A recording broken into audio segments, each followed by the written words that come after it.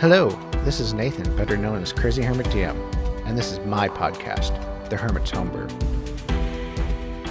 Joining me today is Brent from Lang Mini Studios as we talk about Dungeons & Dragons and tabletop gaming. If you want to play D&D like the kids from Stranger Things, when the new season is dropping just next week, forget about balance and safety nets that you might get with a modern system. It's time to light a torch, grab your dice, step back into the flickering 1980s basement of Mike Wheeler's where the adventure was born. And more than anything, that's what you're going to hear from a lot of the kids that played in the 80s. And this series of episodes, our two-parter here, is if you want to play like the kids from Stranger Things, this is how you're going to do it. It's not playing 5e. Yeah, they're not playing 5e. Absolutely not. We're going to go through at least 3 systems that you should probably be playing instead of 5e. Unless, you want to play 5e, a couple of, different hijinks, but that's not what the kids from Stranger Things are playing. And they are playing a completely different system. And that's kind of the cool thing, is that even Dungeons and Dragons, if you're just looking at that narrow margin of TTRPGs, D&D from first edition AD&D on to 5th edition, they're almost 2 separate games now. They're almost completely different. And that's really kind of cool to see that kind of growth and that expansion and evolution. It's really kind of cool to see that. Yeah, I mean, there's a ton of differences, like with a more modern system as opposed to what, they were playing back in the 80s. It is a lot more, there was a lot less danger, or your characters are in a lot less danger, I feel, with how very resilient they are compared to an older school system. Yeah, like even back from when I was playing 3 and 3.5 to now, yeah, it definitely seems like your character going to 0 hit points is an inconvenience. If that, as opposed to 1E, you're done. You're dead. But yeah, okay, we're gonna finish this combat. You're making there a new character. There were raises, but they were very, very difficult. They're very hard to get a hold of, and you would be lucky if you were in a village that had a priest. Yeah, that had that. So reaching level 5 was nothing to chuff at. As anyone that's watched the previous couple of episodes of me talking to Todd Stashwick or Tim Kask, they both talk about the older school systems. And just the differences that there are, because that is something I've been hitting on the last couple months of talking to these people that have played for decades. What is the difference of what we're playing now compared to what they were playing? And there's huge differences, and that is what I want to talk about. And I do think the first system that if you want to play like a Mike Wheeler or a Dustin Henderson, and you want to play something a little bit more what you're used to playing, but feels like what they're playing, that's going to be Shadow Dark. Yeah. Relatively new coming out. It's 2 or 3 years old. Yeah. Out from Arcane Library. Okay. Kelsey Dion knocked it out of the park with this. And it really, there was already an OSR, as anyone that's watched the previous episode as well, talking to Chris Gunnerman. He's one of the forefathers of the OSR. Oh, yeah. I think really it was Castles and Crusades with Troll Lord games that kind of really set the bar in motion of this is what it is. And that was their 3rd edition. One. Oh, that was 3rd. Okay. Yes. Okay. That was several years before 4th. And that's when I was doing research even for this or other previous episodes. I was surprised it wasn't 4th edition that kind of set off the OSR. Yeah. It was 3rd edition. It was 3rd. Okay. And I can kind of see that. Like I said, I cut my teeth on 3rd and 3.5, but my DM, we did a couple of sessions as like 1st edition D&D. And it was weird changing that. Or this is the first time I'd ever heard of like Thaco and stuff like that. And I'm going, Thaco? What's that? It's like, oh, it's 2-hit armor class 0. I'm like, and that's okay, the one. what is that? And for the people that are watching and like, what is that? Yeah, what is that? Thaco is descending armor class as opposed to ascending, and that is something in Shadow Dark they do not have. That they still kept the ascending AC. And in all honesty, when you talk to the people that were there back in the OG heydays of 1E, they actually prefer the ascending AC. In my opinion, makes it easier because you're going off of the die roll, and that it takes some of the math out of it. Because even to hit an armor class with Thaco, you could have a negative armor class, which was good. If you could get a -2 or a -3 armor class, you were almost invincible. Because then you rolled, and so that's when they came out with like to hit an armor class 0. Yeah, when it comes to Thaco, having a negative armor class was really good, but it added math to it to where and yeah, no, that sounds like a lazy thing to say because all D&D is math. But you rolled a D20, you added your modifiers thing, and then you had to check a chart that was built into the character sheet that said what number hit a 0. I'm like, and that is the essence of OSR, is the simplicity. Yeah. As opposed to a 3E or a 5E or a Pathfinder. You know, some people like way back when, like almost a year now, Oakley, Nerd Nook, he likes the Pathfinders. He likes the more complicated system. Some people like more simplistic system. Everybody has different tastes, obviously. Yeah, talking about simplicity. Got the Shadow Dark book right here. This is it. Yeah. This is the player's handbook. This is the monster manual. This is the DM guide. This is it. This is... I brought out the 2nd edition book. This is the standard size of any D&D book. Yeah, this is the more D&D. Yeah. Look at this size difference. Yeah. It's a smaller book even. Yeah, exactly. But it's not missing any of the content. And I even like that, just the style of it. The artwork is that old, like almost like woodblock print. It's built like to where if you were to open both books, yeah, that's even the artwork and the layout are very similar sometimes. Yeah, that's a 2E book that really started incorporating like more blues, but even in 1E books, it has that.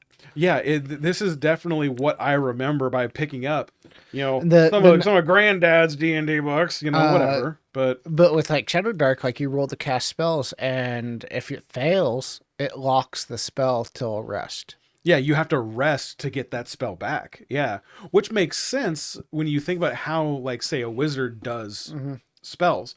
He studies his spell book, he or she or they, studies their spell book, and they have that spell now in their mind to where they just have to use the last few activation words, and that spell happens. If you get up, yeah, it's like, I just got a headache, and now you can't cast that spell because you messed it up. There's also real-time torches. There's a 1 clock hour, apparently. I don't know if I'd personally do that, but if I wanted to keep it that thing, I grew up in a more modern... I'd try it out. But yeah, I'm a big fantasy, or a big component of like drift clubs of 3E. Yeah, well, that also files in, into my thing where like, okay, well, if there's real-time torches at an hour, do you now keep track of arrows and stuff too? But the kids from Stranger Things weren't using light or drift globes or anything like that. That's true, they were using torches. And if you want to play like the kids from Stranger Things, you have to do that. You have to do absolutely. That. There is no dark vision whatsoever in Shadow Dark. What? Yes. No, it's like, thank God. I have dark vision. Yes, I know you have dark vision. That's the running joke in 5e is who doesn't at the party have dark vision, and there's always one single person. Yeah, it's the humans, and one of the weirdest things in 5th edition about who doesn't have dark vision, Dragonborn. Yeah. Wait, you're telling me a dragon can't see in the dark? Wait, what? Yeah, a dragonkin or a dragon folk cannot see. Yeah, in the dark? Are you okay? All right. Weird decision, but the nice bridge in this, because we're trying to go back to the 80s, but we're still trying to. This one's more modern system. They kept the advantage and disadvantage system. It's simple, fast. I've heard very deadly. Designed for the 5e players that want tension as we're talking without the Thaco. Yeah, and generally max level is 10. Yes. Yeah, In that book, I do think there are expansions online that allow you to go from that 11 to 20 if you want to do that. But Kelsey kept it to 10 in the static book. And that's your 3 core rule books, as you said. Yeah, this is everything. Yeah. And it was $70. You know, shout out to we bought this at NewtCon. Yeah, NewtCon 2025. And then shout out to Becky at Game Shop here in Omaha, who, you know, had the only copy at the entire convention. The entire convention. And yeah. I told Brent, it's like, hey, if we see a copy of Shadow Dark, because this is popular, and I go, I want to buy a physical copy. And I'll go halvesies on it, which I still used to pay the halvesies, but you know I'm good for it. Yeah, I know where you live. Yes. One of the things that I'm like just flipping through here randomly, there's not a whole lot of spell bloat going on in here. Priest, spell list, tier 1, cure wounds, holy weapon, light, protection from evil, shield of faith, turn undead. So obviously That's it. So obviously they do have light in there. The light spell. Yes. Yeah. But it isn't like everything's lit up. It's meant to be. Yeah. So yeah, that's really cool that there's, because that's kind of the thing with especially with at the tail end of 3.5, there was so many books that came out, and yeah, they added a lot of really cool things to it, but it got to the point where you needed 4 books to run the character that you wanted to run. The thing, before we start talking about this next system, the thing that I like about Shadow Dark and its simplicity, and if you're trying to go for that old school feeling, is, and I think in hindsight, if we could go back 3 or 4 years ago to when we started the Muspelheim campaign, I think this system would have been more friendly to Vicky. Yes, I could agree with that. Yeah. As opposed to having 5 pages to 9 pages for a character sheet, you Yeah. have 1 to 2 at the very most. Well, yeah, because in the back of the book they've got your character sheet, and then and maybe a couple more pages if you're trying to write out what the spells are. That way you can just quick reference. Yeah, exactly. And for a Vicky player that does not know any of this, that would be perfect for her. Yeah, and the thing is, it's not even 1 full sheet of paper either.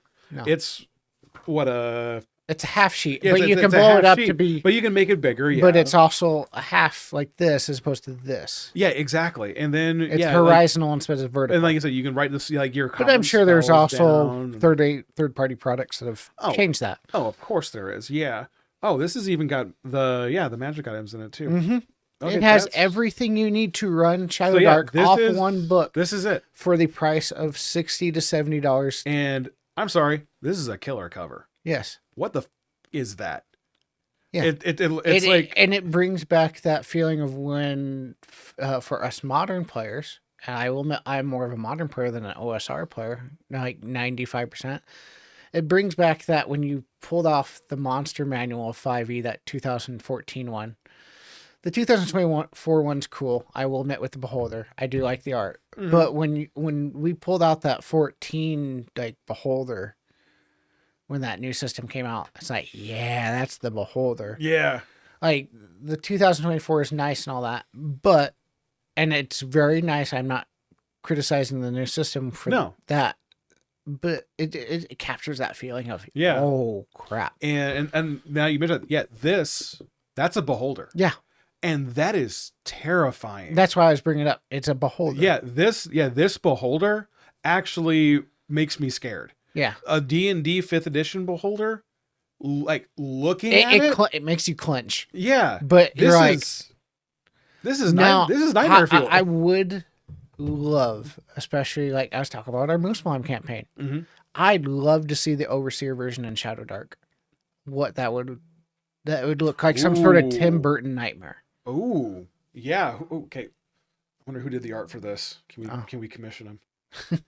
Whoever they are. Or at least, find somebody else that does. Because, I mean, we have also a lovely Crawl Club publishing right out of here of Omaha. And he has artists for him that does lovely, and he's putting out the Righteous Vow stuff. Oh, nice. So shout out to Bill Harvat over at Crawl Club.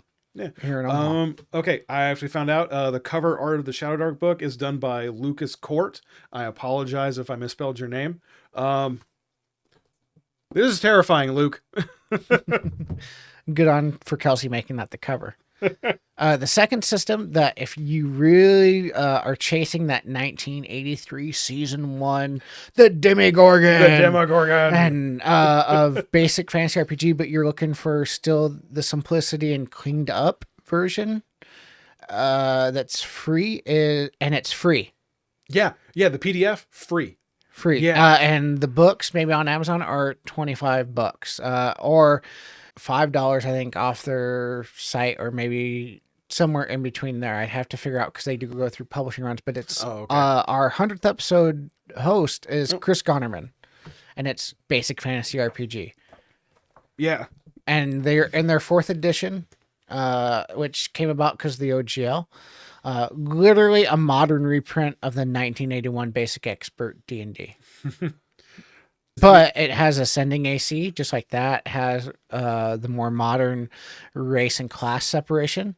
Because back in the original D&D, elf was your class. That was your class or race, or if you want to play an elf, congratulations, here's your character sheet. You were a dwarf. Yeah, and that was it. That was it. You weren't a level 1 ranger. You were a level 1 dwarf. Yeah, exactly. I like that. It adds more flavor, more variety. And if you're looking for, that 1980s community feel, granted, sometimes the grognards did get a little bit feisty at times, and maybe they kind of gatekeeped it at times. But Chris Gonnerman's community, like, we published that episode, and they were nothing but welcoming to just us publishing this episode, and they just hawked with us, and they were supportive of our podcast. And maybe that's 10% of the reason why it made the list, but the 95%, it's just because it's a good system. Yeah. And it really captures that classic feel if you're trying to play, the Will of the Wise, or, Lucas's character. Sorry, Luke. To the Lucas character, I cannot remember what you're playing whatsoever, but I do remember Will of the Wise, because there was art in that first season. This episode's been brought to you by What's in the Bag? What's in the mystery bag? Relax, adventurers. It's not some grim movie ending, it's better. It's Heimdaller's mystery metal dice bag, loaded with 20 different styles of heavy, battle-ready metal dice. A random D&D class sticker, 13 possibilities, and a special Heimdall sticker with it. Perfect for your next chaotic moment at the table. So stop guessing, start rolling, find out what's in your bag. Okay, picture this. Your next game session, you drop a full 4-story guild hall on the table. Roof comes off, every floor is playable. It's from Centurion 3D's Guardia collection. Suddenly, bam! Your table goes from not just another session to one of your players will talk about for years. This is the kind of terrain that changes the game. Check out now at centurion3d.com and bring your world to life and bring yourself home your next story to tell about.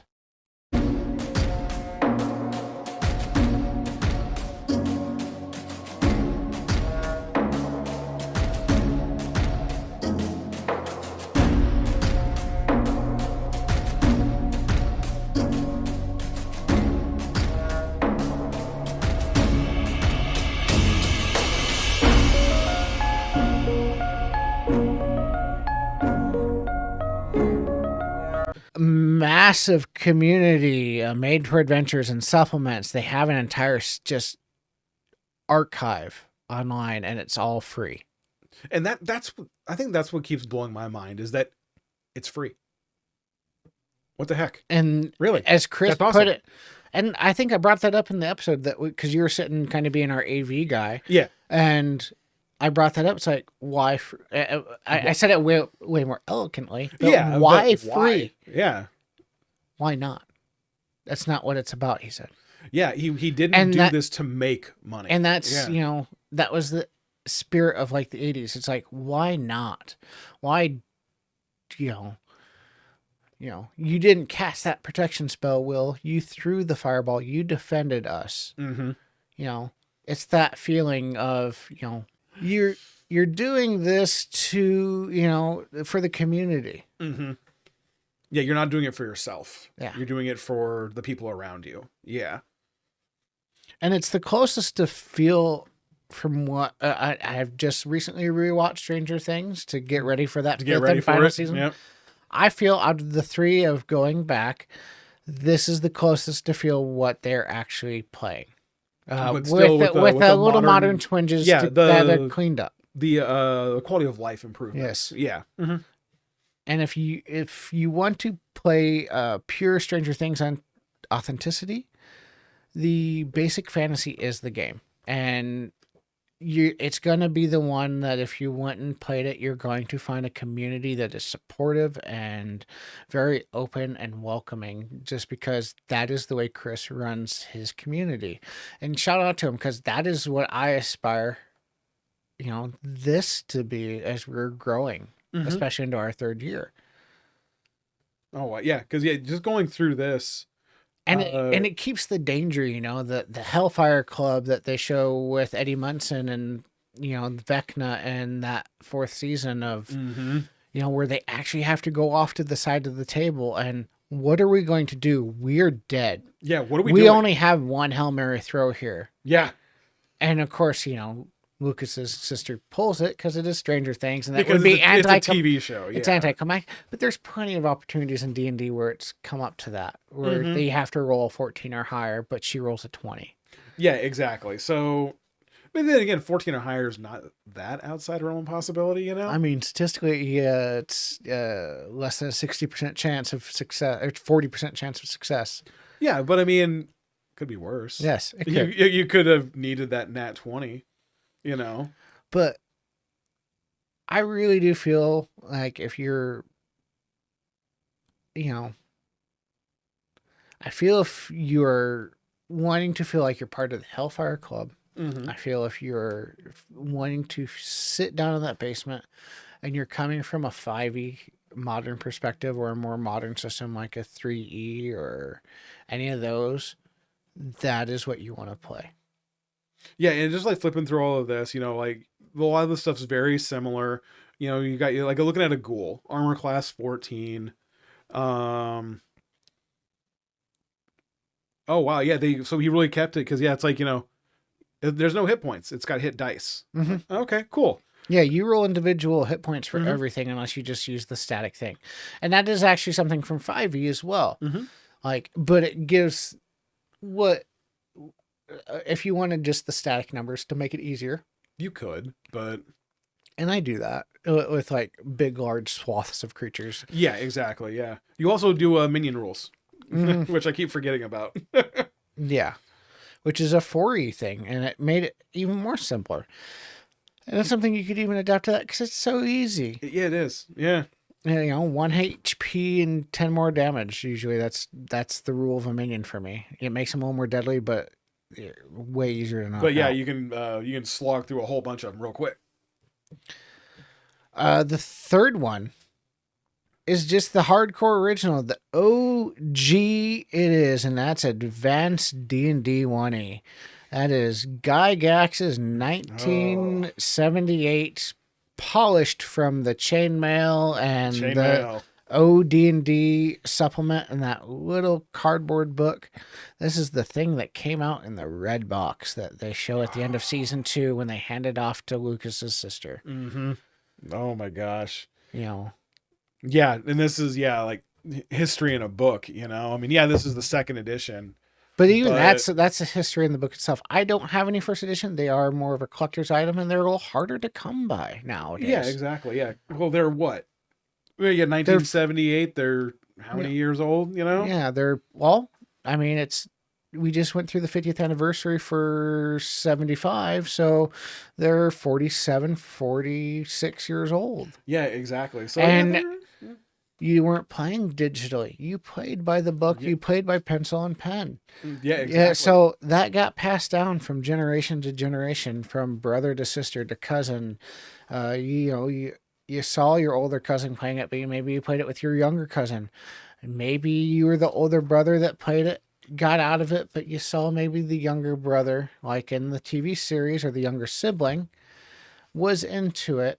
So you pass it off to them as you went off to wherever, or you moved out, or any sort of thing like that. Yeah, exactly. Or, you had kids and and quotations, grew up. And you moved on. Yeah. I wouldn't say grew up because, yeah, who really grows up? But but it's dense and it's chaotic. The OD&D, I'm going to admit, it's a little harder to understand some of the, in quotations, high Gygaxian, as it's affectionately called, just because it's clunky. Yeah, exactly. But Advanced Money did clean it up. Yeah. But those original booklets are very, I think they are expected you to have a concept of wargaming in order to do that. I could see that. And with this, you have the Thaco tables. So it's the descending where you have to do a little bit of a math problem to do that. And even I think in second edition, I think they still had Thaco. Ascending DC, I believe Ascending AC wasn't until Wizards took it over with third. With third edition. I believe that's correct. You had weird subsystems like Bard. You had to go from fighter to rogue to, I believe, one other class, and multi-class into those three things, a certain amount of levels to become a Bard. Almost like the idea of like a prestige class from third and 3.5. Yeah. And true to history, every monster and spell came from here. Yes. The Demigorgon came from here. The Boule, the Beholder, the Vecna. Yeah, they were all in this. Yeah. And the artwork, for better or worse, still kind of there's a lot guides the playing field today. Yeah. There's a lot of more risque art that was also the 80s too. That was the 80s. That was the stuff that they spray painted on the side of vans. And Frank Vitella, that is the name. That I was thinking. There you go. I do believe there's an older school system called Osric, which I unfortunately do not know too much. If you want a clean up version with a more modern reading of Advanced Money, it's a little more, it's basically advanced, cleaned up Money with a little bit more of the nuance. And at least from my research, I've read Osric a little bit, which is the OSR kind of Money. Oh, okay. I got you. But this is like vinyl collecting for RPGs at this point. Yeah. Like, as you can see, my shelf behind you is you have the different books, you have the different old school systems, and you can go to these older school systems and pull from this to get that feel. Some of the things that you might want to do, though, like there's a big difference of why, if you're wanting to play Stranger Things, 5e is not the system. And I apologize to any of you 5e players that want to disagree.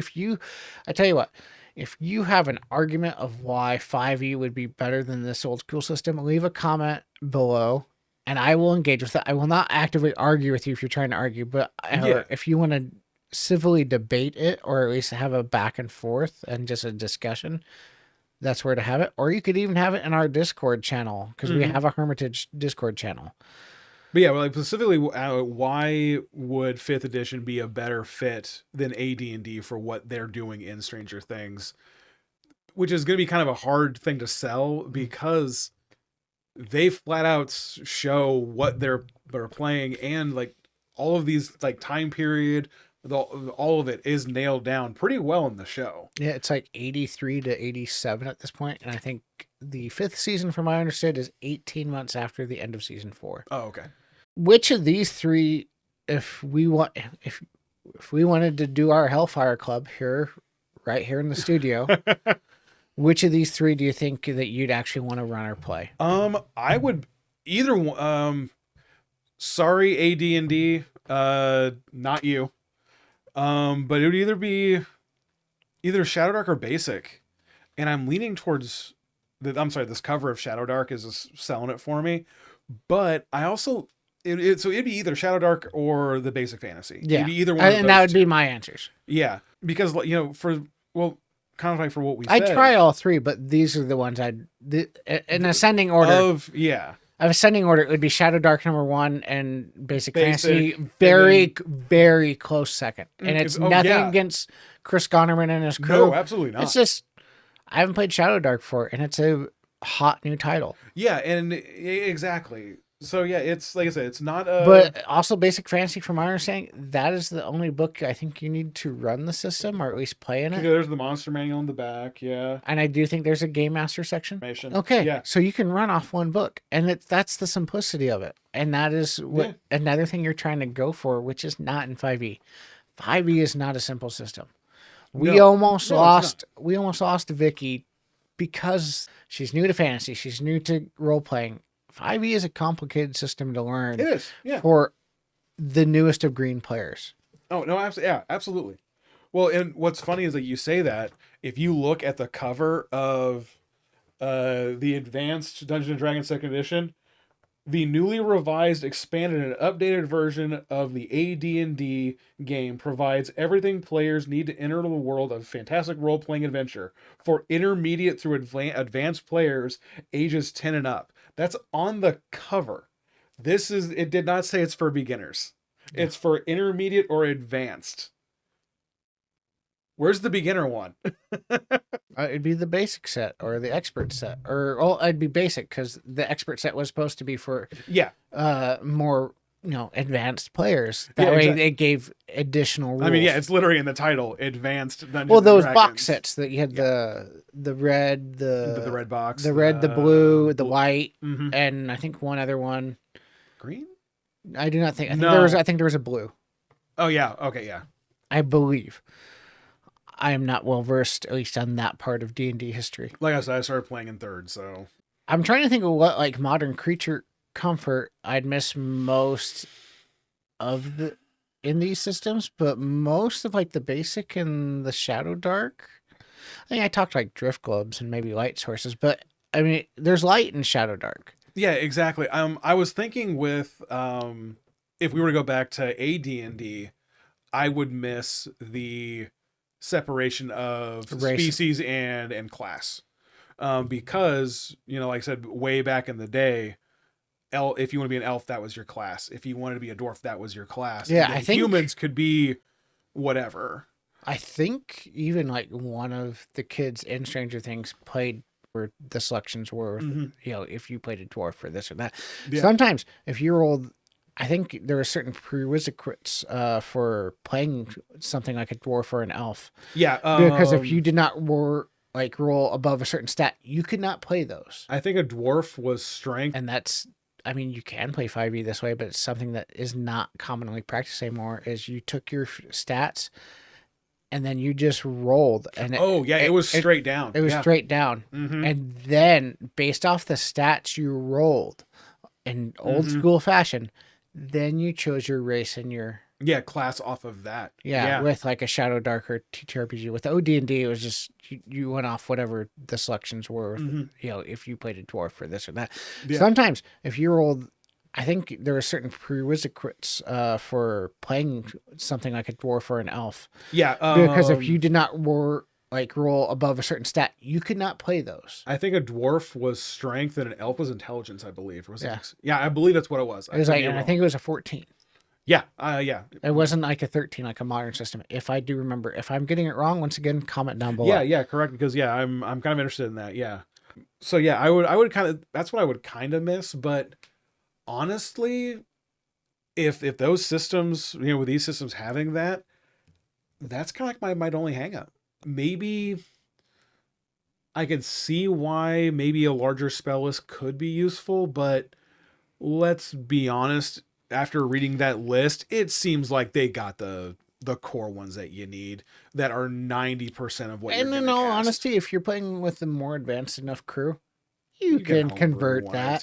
Yeah, it's not that hard. I've heard on more than once on the Roll for Combat channel podcast from Stephen Glicker, he finds writing for Shadow Dark so much easier. Really? Because and it's the difference between 3 and 4e of you had the page of rules, and then 4e turned it and for all havocs of 4e, it simplified it, and it's even more so with 5e to Shadow Dark. Yeah, maybe a pair. In 5e, kept it pretty simple, but I mean, Shadow Dark cuts it down even more to nitty gritty. Of like, you had a page of stat blocks. So this is maybe not even that in those. Okay. A lot less fluff, I guess. And then for us, Simi, I've used it just on our previous episode when I was talking to Kim Cask. I affectionately, we're older millennial, young Gen X. I affectionately call us the Goonie generation. Yeah. Yep. I often wonder, is like with a younger generation of like who, like my niece or my nephew, who's 8 to 9 to 10 to 12 to 13, how do I introduce them to something that's Stranger Things? Because maybe they've watched Stranger Things, even though I know they haven't. But for that age group that has and wants to play it like the Stranger Thing kids as opposed to a 5e, how you introduce Shadow Dark or Basic Fantasy to a Gen Zer, because you're not playing, the hot new 2024 system. Yeah, that's true. And yeah, there's not the whole app support, and there's not I mean, that is the thing that's holding Chase back even from Tales of the Valiant. If it's that big of a hang up, we can switch. Oh yeah. I'm not anchored to it. No. But I'm just saying, it's like this is different. Yeah. And we should stick to, let's play this out and give it a chance. Yeah. You don't need creature comforts. Then that's a creature comfort that you'd be giving up. Yeah, exactly. Yeah. But I think that's something, you don't have a screen to look at. It's paper and pen. Yeah, which might be an even bigger wall for some of them to jump over. That's true.